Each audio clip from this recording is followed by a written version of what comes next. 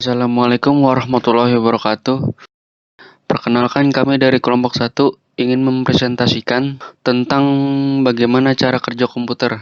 Kami yang beranggotakan 3 orang, di antaranya ada Dodi Ardiansyah, kedua ada Muhammad Isyam Maidi Rahman, dan ketiga ada Faris Muhammad Ikhlas. Oke, lanjut saja ke videonya. Cara kerja komputer.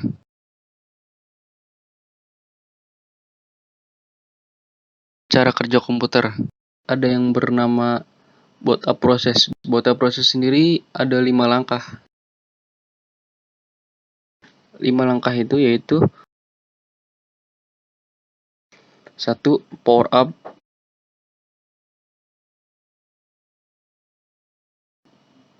2. POS atau kepanjangan dari Power on Self Test.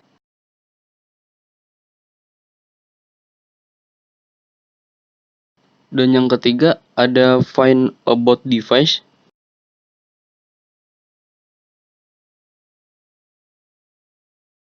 Dan yang keempat ada Load the Operating System.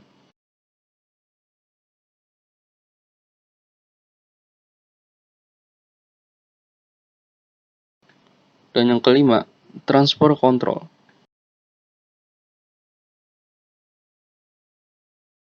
Bagaimana CPU bekerja?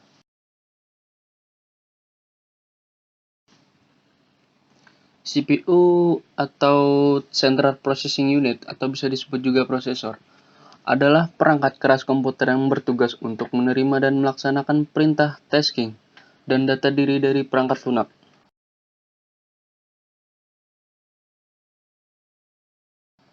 CPU terdiri dari 4 komponen utama penyusun.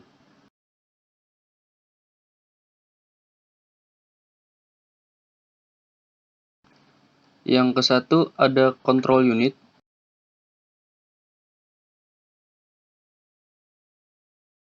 Control unit bertugas untuk mengendalikan jalannya program. Yang kedua ada arithmetic logic unit atau bisa disebut juga ALU. ALU mempunyai tugas untuk melakukan semua operasi aritmetika dan logika.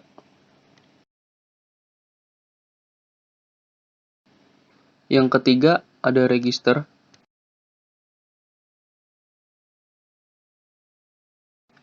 Register adalah penyimpanan kecil dengan kecepatan akses yang tinggi. Yang keempat ada CPU interconnection. CPU interconnection adalah sistem koneksi dan bus yang menghubungkan komponen internal CPU dengan bus-bus eksternal CPU. Dan itulah adalah proses bagaimana CPU bekerja. Bagaimana perangkat lunak bekerja? Perangkat lunak adalah program yang berisi kumpulan instruksi untuk melakukan proses pengolahan data. Perangkat lunak dibagi menjadi 2 bagian. Yang pertama ada sistem operasi. Dan yang kedua ada perangkat lunak aplikasi. Di perangkat lunak aplikasi, yaitu ada utility atau program bantu, media penyimpanan, dan I/O device. Di dalam media penyimpanan dan I/O device, terdapat RAM atau kepanjangan dari Random Access Memory. Dan ini contohnya.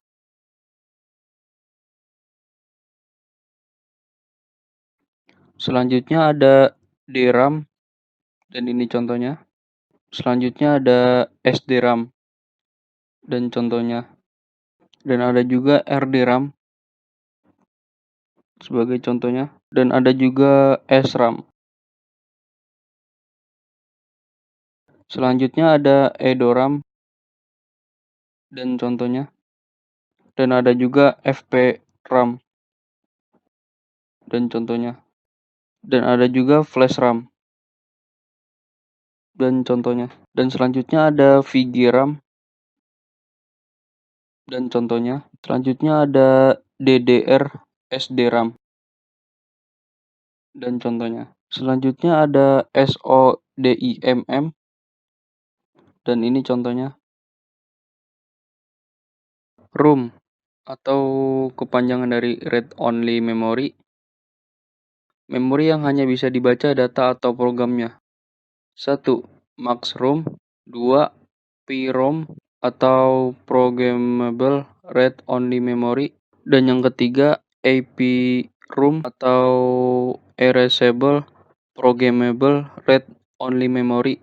Dan contohnya UV EEPROM atau Ultraviolet EEPROM. UV EEPROM yang membutuhkan sinar ultraviolet untuk menghapus datanya. Dan ada juga EEPROM atau Electrical EEPROM yang menggunakan aliran listrik untuk menghapus program ulang isinya. Dan yang keempat ada EEPROM atau Electrically Erasable Programmable Read Only Memory. Virtual Memory, teknik manajemen memori yang memberikan abstrak ideal dari sumber daya penyimpanan yang sebenarnya tersedia pada mesin yang diberikan. Fungsi virtual memory sendiri, 1. Menangani kelebihan beban RAM.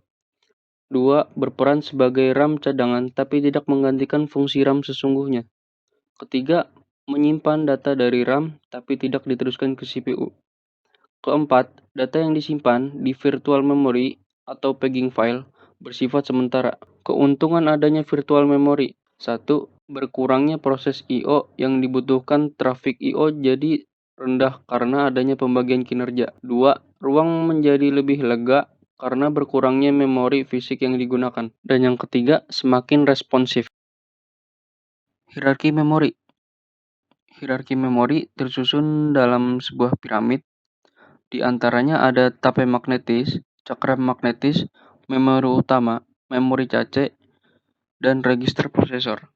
Input dan output device adalah suatu perangkat yang berhubungan dengan sistem komputer dengan cara mengirim sinyal melalui suatu kabel atau bahkan melalui nirkabel. I/O atau input output device secara bahasa Indonesia adalah perangkat masukan dan perangkat keluaran.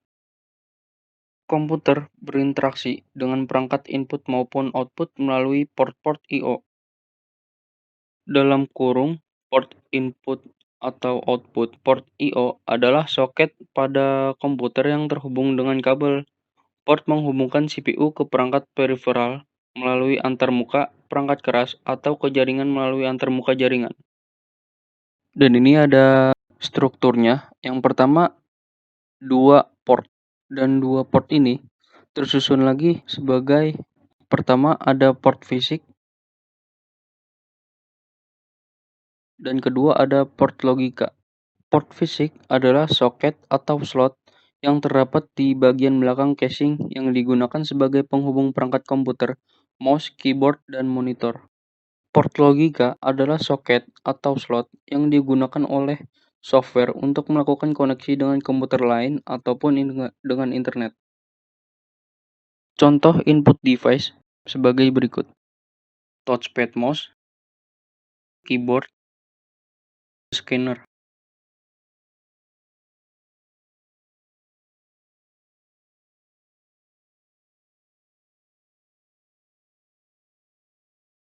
Contoh output device.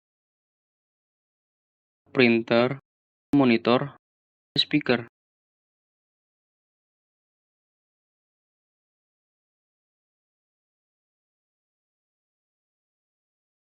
Bagaimana printer bekerja? Di sini saya akan menjelaskan dulu apa itu printer. Printer adalah pencetak alat yang digunakan untuk menghasilkan hard copy data dalam bentuk cetakan, baik berupa teks ataupun gambar atau grafik. Pada umumnya, printer terdiri tray dan toner atau tinta. Tray adalah tempat kita menaruh kertas, dan toner atau tinta adalah yang melakukan pencetakan. Cara kerja printer. Di saat kita mengklik tombol OK atau print, ada beberapa aksi yang dilakukan. Aplikasi perangkat lunak yang digunakan mengirimkan data yang akan dicetak ke printer di file. Driver menerjemahkan data yang dikirimkan menjadi data yang dapat dimengerti oleh printer dan memeriksa apakah printer siap untuk melakukan pencetakan. Data kemudian dikirimkan oleh driver dari komputer ke printer dengan menggunakan antarmuka koneksi paralel atau USB. Printer menerima data dari komputer dan sejumlah data disimpan dalam buffer dapat berukuran dari 512 KB RAM hingga 16 MB RAM bergantung pada modelnya. Buffer sangat berguna karena mengizinkan komputer melakukan pencetakan dengan cepat daripada harus menunggu halaman yang sebenarnya untuk dicetak. Jika printer dalam status idle dalam waktu yang lama, biasanya akan dilakukan proses pembersihan head print terlebih dahulu. Setelah pembersihan selesai, printer siap untuk mencetak. Circuit control mengaktifkan feed motor stepper untuk mengambil kertas. Motor ini mengaktifkan roll dan mengambil kertas yang ada pada tray kertas. Ada mekanisme kecil yang melakukan pengecekan pada tray kertas. Jika ada kertas yang terdeteksi, maka pencetakan dilakukan. Tapi jika tidak terdeteksi adanya kertas, LED pada printer akan menyala dan printer mengirim alert printer is out of paper pada komputer.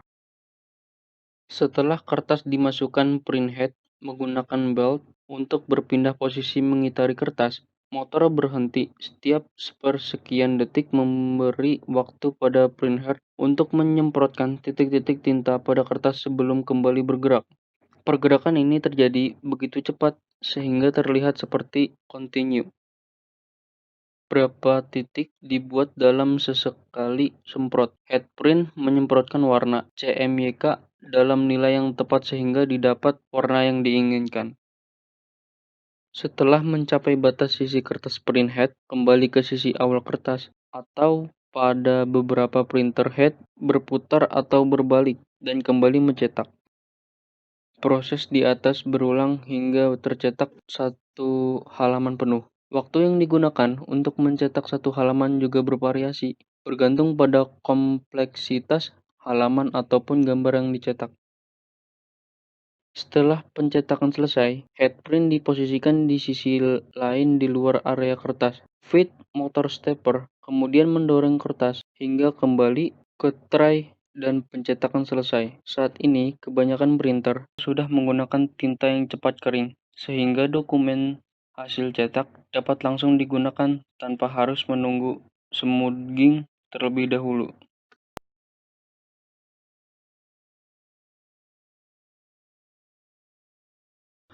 Cara kerja internet.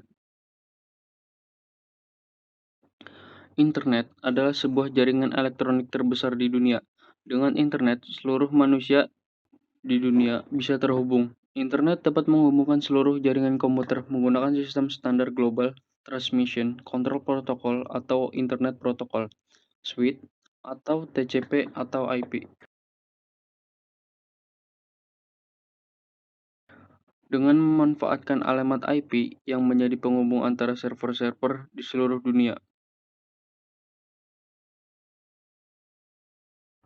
Internet bekerja sangat cepat karena didukung oleh satelit yang memancarkan gelombang internet ke seluruh dunia.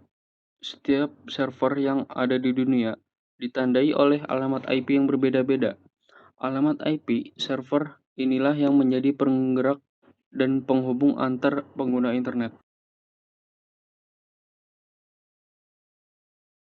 Dengan cara kerja yang cepat dan dapat digunakan di seluruh dunia, internet memiliki berbagai manfaat bagi manusia, seperti sebagai media untuk mengakses informasi, sebagai media untuk berkomunikasi, dapat digunakan untuk melakukan transaksi jual beli dan sebagai sarana hiburan.